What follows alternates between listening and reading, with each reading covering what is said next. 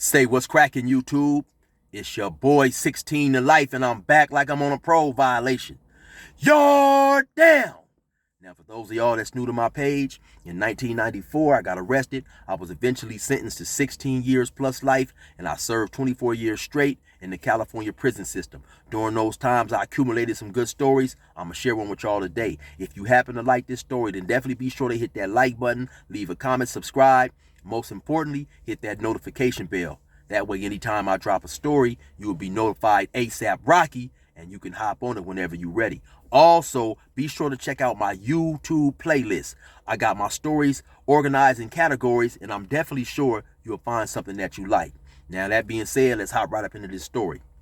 Now, like I told y'all, right, I've done 24 years straight. So I didn't head to prison with the idea or the intention to remember stories and to come out and tell them and this and that. And so sometimes stories come to me in the middle of a conversation or whatever. I'll remember, oh yeah, you know what? So not too long ago, I was talking to one of my homies who had just got out. The dude who I did a story on. Actually, the story is called Poker Games Leads A poker game leads to lefts and rights. He done about 27 years, somewhere around there. I'm going to have him on eventually too. But anyway, me and him was talking about another friend of ours named Smooth, Turhan Rogers, about a Dillman Heights, who we had both done time with in Ironwood. So I was telling him, yeah, man, matter of fact, I end up bumping into Smooth after he got out. Smooth done about 18 years. He was the first lifer that I had seen get found suitable by the parole board, which means basically that you're going home. Now, he got found suitable way back in 2003 at a time when they wasn't letting any lifers go home. So now what happened with Smooth is how he got life. Now, he didn't have life for like a murder or something like that. What happened with Smooth is Smooth decided to rob a McDonald's one day. So he run up in the McDonald's, draw down on everybody, trying to get the bread up in there. Smooth was known to get his bread, right? So he draw down. Now, for whatever reason, this robbery is taking longer than he would like for the robbery to take. At some point in time, somebody in there notified the police, called the police or whatever, and so when he go to leave, the police is all outside. So Smooth get the bright idea where he gonna take a hostage. So he put the weapon on the manager and tried to walk the manager outside to the car, make the manager get into the car. And I believe, if my memory serves me correct, I believe they end up shooting Smooth. But anyway, that's how he ended up getting the life sentence for the kidnap, for moving an unwilling person a certain amount of feet. I don't remember exactly how long it was. I mean, how many feet you have to move a person. But anyway, that's how he got his life sentence on a kidnap. And so he messed around. Smooth messed around though and got out. So before he actually paroled in 2003, I got transferred to Chuckawalla. So I didn't actually get to see him leave and go through the gate. But so he's, now of course when a person, especially back at a time when they're not giving lifers parole, so every now and then I might run across somebody from Smooth's neighborhood and ask him, hey, what's going on? What's up with Smooth? So eventually Smooth got out there and stayed out there for a while and he ended up coming back to prison, right? So me and my partner, we was talking about that, right? So then this reminded me of this story right here. So anyway, I'm at CMC East. I don't remember exactly when it was because sometimes all the years are run together, but I'm saying maybe 2010, maybe, I don't know, 2009. So anyway, I'm at CMC East on A yard. One day I have to go to the medical. Now, when you go to the medical, you have to leave the yard and go into the plaza. Now, the plaza is like one big old giant circle. So in that circle, they have other yards. Now, when you come out the gate, when you come out the gate, you have to go through a turnstile. You flash your ID card. It's a camera inside the turnstile. The camera is being manned by a guard who's sitting in the middle of the plaza in like another big old giant, like a cubicle type thing or whatever. And so then when you come into that plaza, if you go to the right, you walk a little bit, maybe about 20-30 feet. There's the medical. You keep going straight, it's the law library. Then you start turning the circle, there's B yard. Then you go up a little bit, it's the laundry. Then you go around the circle a little bit, it's C yard, then D yard, you come back around. Oh, I forgot, it's the chapel is in the middle, and then you come back around and it's the canteen, then you back at the A yard gate. So anyway, what's rare about CMC East is All those yards use these same facilities. They use the same chapel, the same canteen, the law library, so on and so forth. So if you happen to have a friend on C Yard, you guys can meet up in the plaza somewhere at the chapel or the canteen or whatever, which is extremely rare because in most prisons, if you have a person, you have a friend or a homie on another yard, you're never gonna see that dude. So anyway, I'm going to the medical. So now when you go through the medical, you have to go to the right, then you go through another turnstile. Now that turnstile is not being manned by a person with a camera, so you just go through there. So now when you go through the turnstile, now I'm walking down. It's a corridor that you have to walk to in order to get to the medical. Now, right before you get to the medical office and all that stuff, they have this long wooden bench where people sit who are waiting to go see the doctor. So now, as I'm looking and stuff, I think I see Smooth, right? I'm like, damn, is that Smooth? So I keep walking a little bit. It is the homie Smooth. So I'm like, Smooth, hey man, what's up with you? So we go to chopping it up and stuff, talking and stuff. And so I'm asking him, man, what the hell happened? How you wind up back up in here? So Smooth went to tell me, long story short, man, he went back to the street, got caught up in the street life. He running around with pistols and this and that. And one day he get into a high speed chase with the police. They find the gun on him. So he get locked up, come back to jail. Now, back then, at that point, I'd always heard that if a lifer paroled and came back to prison, he would have another life sentence. And so I asked him, was this true? And so he was telling me, actually, yeah, they was trying to give him life again. I think he said he sat in the county jail and fought the case for about 18 months. And then suddenly, and fortunately for him, all of a sudden, his DAs, he got a new DA. They gave him a young Asian DA. She offered him a deal of 5 or 6 years. And so he jumped on the deal, and now he was back doing that. So how he winded up on CMC East, he had just got out the hole. He was originally on CMC West, which is a 2-yard. But I guess he was over there, Smooth being Smooth. He in the mix doing his thing. He'd making some type of transaction. Excuse me. And the police see him. So now he take off running. He throwing heroin and $100 bills all in the air. The police is chasing him. Eventually they grab him, cuff him and take him to the hole. But he do get away. He do get rid of the paraphernalia that he had on him. So he stay in the hole for a little while. And then they finally release him to B Yard. And so that's how I happened to bump into him. So I'm telling him, okay, man, listen, you guys got law library tomorrow. Meet me at the law library, whatever time it was, that his yard was going to go, and I'll slide over there and just come up in there. So he's like, okay, cool, bet. So we chopped it up for a minute, then went our separate ways. So the next day come, whatever time we was supposed to meet, I slide over there. I go to the law library. I go up in there now. In the law library, it's a regular library section, and they also have a law library section for the people who's coming up in there trying to appeal their case. You want to check out legal books, look up cases, do your own appeal, stuff like that. So I get up in there. He ain't up in there yet. So I'm up in there maybe about 10 minutes. Then he slide up in there. So he come up in there. We sit down. We go to talking. We chopping it up, just laughing, And I'm asking him too, man, what the hell did you get out there and do, right? Because at this point in time, I'd probably been in jail, I don't know, 14, 15 years, somewhere around there. And so in my mind, for this dude, because Smooth done about 18 years too. So in my mind, for this dude to do about 18 years on a life sentence, and then you get out, and then you come back, in my mind, this dude is crazy. So, he's telling me what it's like out there. The women is beautiful. The food is good. I'm like, Smooth, man, what the hell is you doing, homie? You tripped out. He's like, yeah, I was out there trying to get my bread. I was on one and stuff. So anyway, we laughing and we talking. Now, as we talking, it's a white dude, maybe about 2 or 3 chairs away. Now, this dude probably about, I don't know, I would say 5'7", stocky dude, older, maybe about in his mid-40s, somewhere around there. Looked like he ride motorcycles. That's just the impression that I got from the dude, right?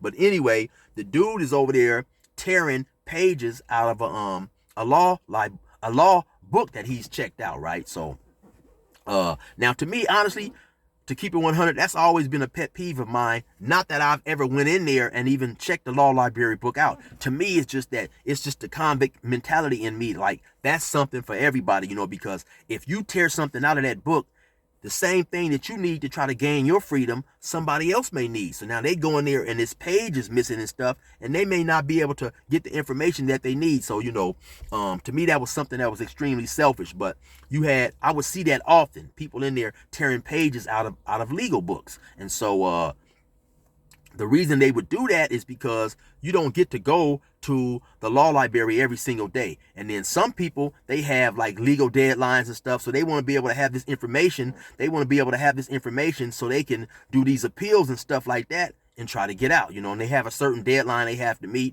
or whatever. But still in all, to me, it's a very selfish thing to do. So like I say, this dude is he's tearing these pages out of the law library, and he's got a manila folder that he's putting them in.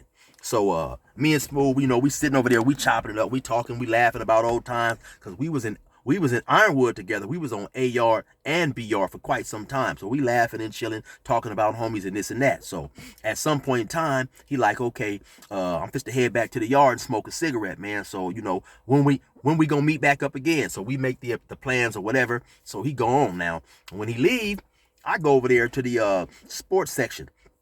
I check out a couple ESPNs and stuff, and I'm looking at the ESPNs. I read through them for a minute. Then I go, the sports section is up against the wall to the right.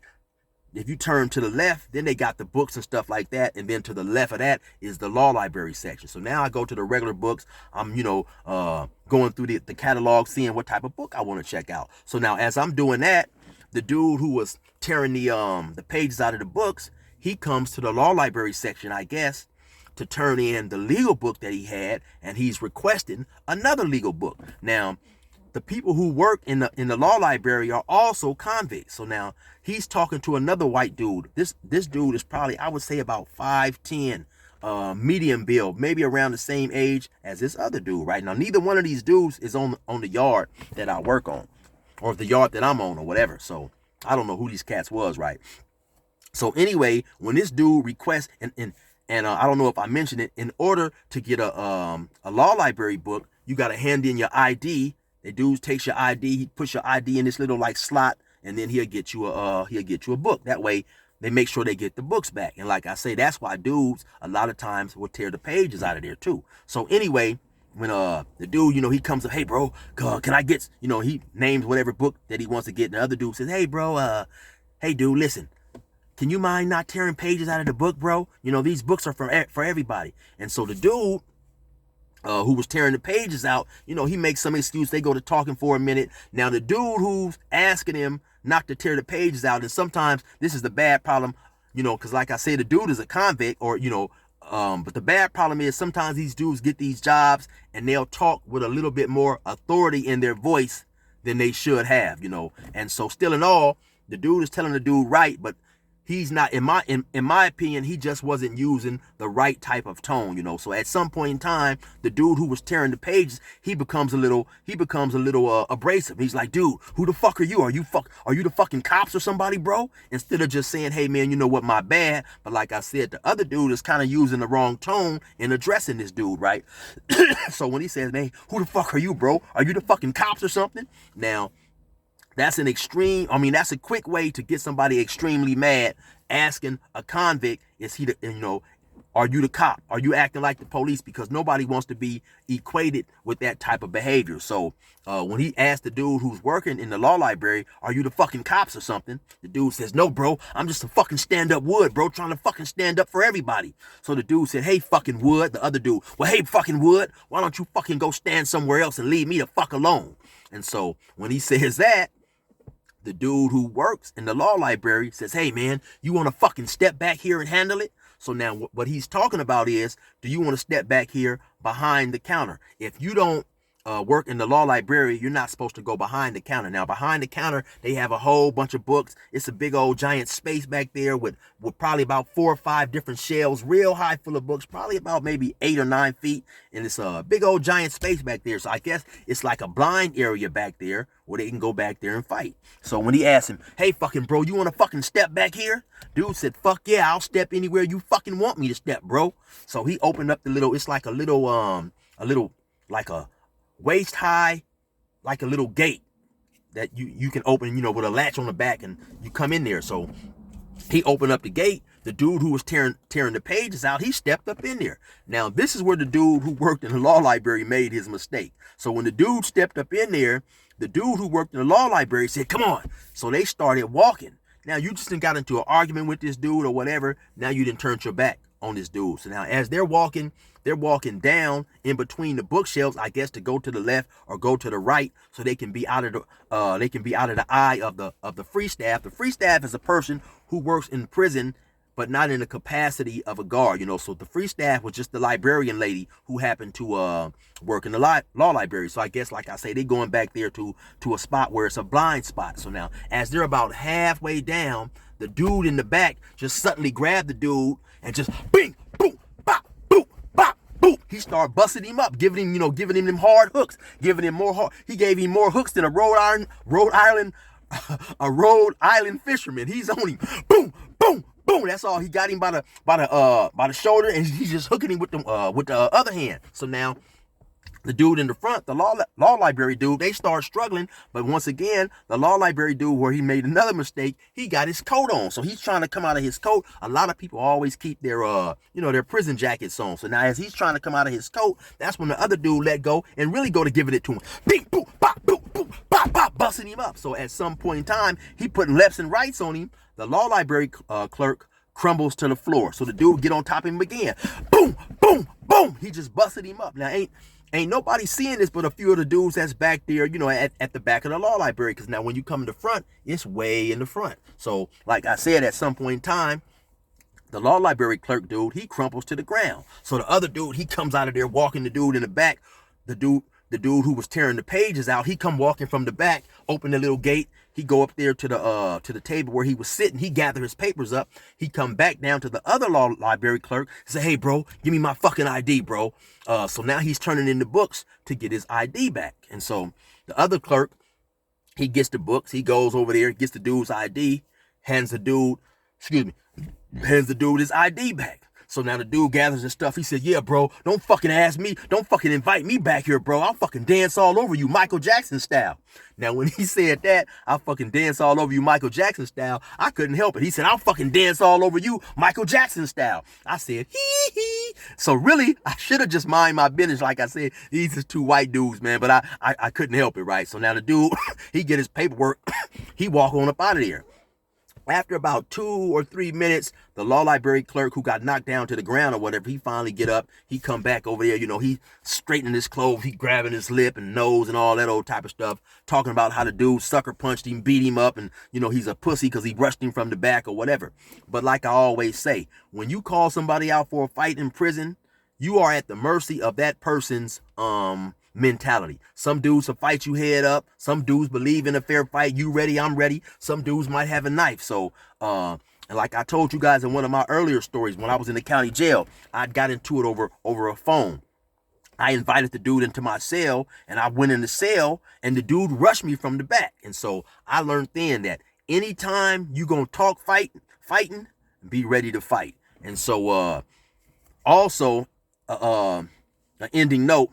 My homie, Smooth Turhan from Delman Heights, he ended up getting out again, maybe about 2.5 years, almost 3 years ago, got into a confrontation with somebody, and they shot him a couple of times in the head and killed him, man. So, rest in peace to the homie Smooth Turhan Rogers from Delman Heights. You already know what it is, man. It's your boy 16 to life. Resume normal program.